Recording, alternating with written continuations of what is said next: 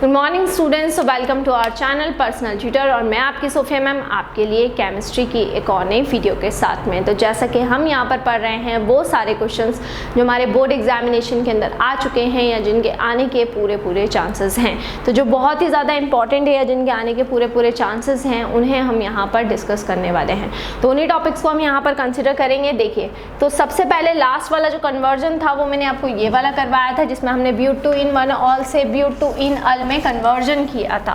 Chapter जो हमारा चल रहा है ना बच्चों, वो चैप्टर है अल्कोहल, फिनॉल एंड ईथर।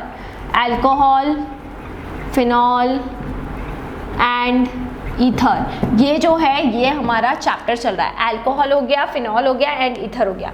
इसमें हम पढ़ रहे हैं वो सारे क्वेश्चंस जो कन्वर्जन से रिलेटेड हैं। कन्वर्जन्स जो हमसे पूछे गए हैं वो हम यहाँ पर डिस्कस करने वाले हैं। तो सबसे पहले हम यहाँ पर बात करते हैं अल्कोहल, फिनॉल, ईथर का। जो हमारा अगला कन्वर्जन है उसको हम पढ़ लेते हैं। तो वो है बच्चों पहला कन्वर्जन इथाइल क्लोराइड,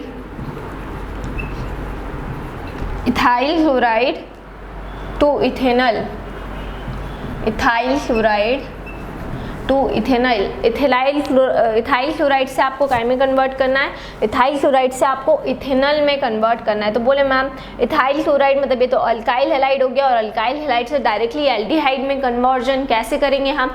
तो बच्चों कभी भी अल्काइल हैलाइड से अगर हम बात करें तो डायरेक्टली हम एल्डिहाइड में कन्वर्जन नहीं कर सकते। अगर हमें अल्काइल हैलाइड से एल्डिहाइड बनाना है तो हमें सबसे पहली जो प्रोसीजर उसमें लगानी पड़ेगी, तो हमें अल्काइल हैलाइड को बदलना पड़ेगा किसके अंदर? अल्कोहल के अंदर। और फिर उस अल्कोहल को हमें बदलना पड़ेगा, उस अल्कोहल को हमें बदलना पड़ेगा एल्डिहाइड के अंदर। तो अल्काइल हैलाइड जो भी हमारा होगा उससे हमें क्या बनाना पड़ेगा? अल्काइल हैलाइड को हमें अल्कोहल में बदलना पड़ेगा, और फिर उस अल्कोहल से हमें क्या बनाना पड़ेगा? एल्डिहाइड बनाना पड़ेगा। ठीक है, तो अल्काइल हैलाइड हम देख लेते हैं। यहाँ पर हमारा जो फॉर्मूला है वो है इथाइल क्लोराइड। इथाइल क्लोराइड होता है CH3CH2Cl। अब सबसे पहले हमें माइंड पे जोर डालना है कि ऐसी कौन सी रिएक्शन है जिसमें हम इथाइल क्लोराइड को अल्कोहल में कन्वर्ट कर सकते हैं। तो इथाइल क्लोराइड को अल्कोहल में कन्वर्ट करने के लिए सिंपल इज दैट हम इसका हाइड्रोलिसिस करवाएंगे, यानी कि हम एक्वस KOH के साथ में रिएक्शन करवाएंगे। बोले मैम एक्वस KOH की ही क्यों लिया? अगर यहाँ पे आप एक्वस नहीं लिखते हैं ना बच्चों तो आपका पूरा गलत हो जाएगा। रीज़न इज दैट कि यहाँ पर जो ये रिएक्शन होती है ये अल्कोहलिक KOH के साथ में भी होती है, लेकिन जब हम अल्कोहलिक KOH के साथ में रिएक्शन करवाते हैं तो अल्कोहलिक KOH के केस में फिर हमको क्या करना पड़ता है? फिर हमको डबल बॉन्ड लगाना पड़ता है।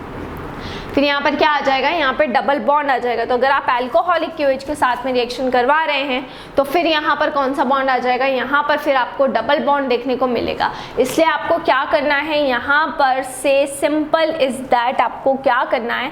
यहाँ पर आपको डबल बॉन्ड नहीं लाना है, आपको यहाँ पर अल्कोहल बनाना है। तो अल्कोहल में कन्वर्जन के लिए हम किसके साथ में रिएक्शन करवाएंगे?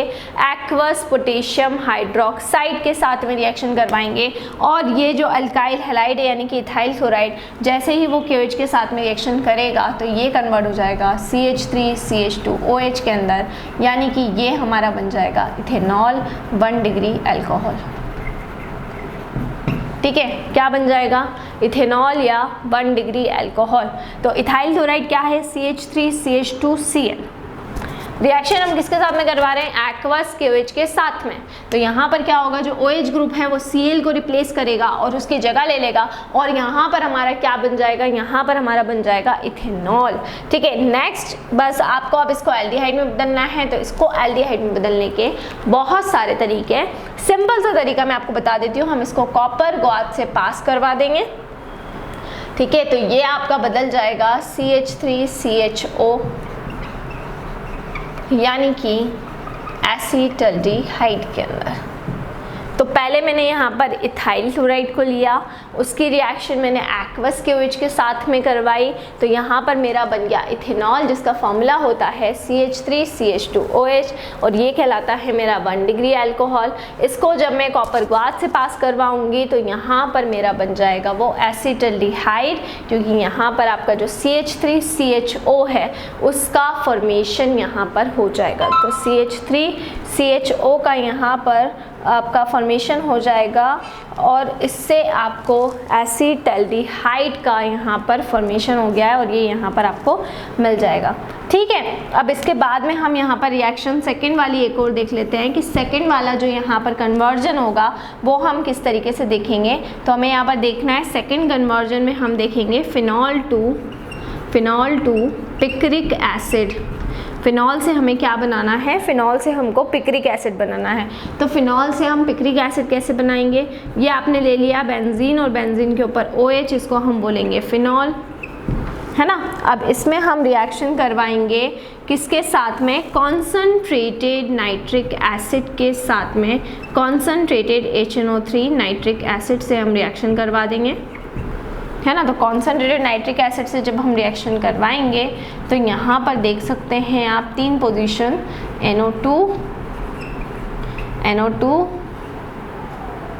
और NO2, देखिए तीनों जगह पे NO2 जाके जुड़ जाएगा। बोले इतने सारे NO2 मैम कैसे आए इतने सारे NO2, तो आप देख सकते हैं यहाँ पर जो HNO3 उसको हम थ्राइस लेंगे तो 3 NO2 ये वाली पोजीशन पे, ये वाली पोजीशन पर, ये वाली पोजीशन पर जाकर क्या हो जाएंगे, शिफ्ट हो जाएंगे।